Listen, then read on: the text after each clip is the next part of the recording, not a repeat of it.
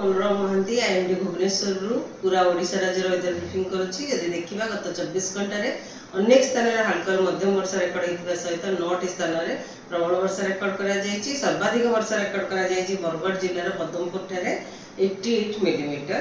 वर्तमान आमर monsoon trough T Digha मध्य cross कर सहित गोटे ट्रफ अच्छी जोटा कि उत्तर पूर्व बंग अरब सागर रु उत्तर पश्चिम बंगोपसागर पर्यंत लंबी आम ओडिशा मध्य देखी जोटा विस्तार रही 1.5 to 5 किलोमीटर उच्चता पर्यंत विस्तार आम समुद्र पतन ठारू। वर्तमान यार इन्फ्लुएंस रे आमर ओडिशा राज्य रे आगामी 24 घंटा अनेक स्थान में हल्का मध्यम वर्षा होगार संभावना रही।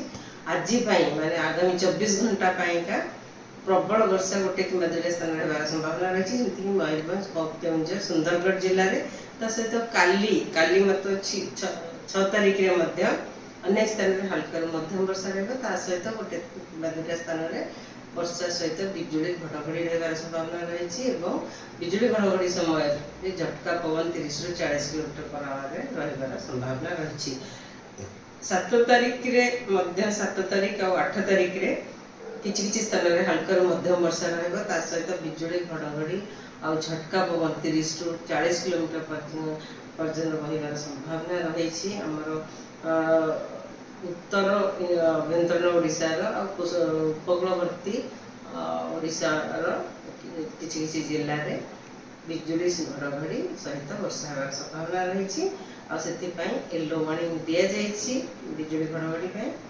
9 तारीख में अनेक स्थान में हल्का मध्यम वर्षा होगार संभावना रही और राज्य में सबू जिले में गोटे कि दुईटा स्थान में वर्षा सहित बिजुली घड़घड़ी और झटका पवन 30 ରୁ 40 किलोमीटर पर आवर रहिबार संभावना रही।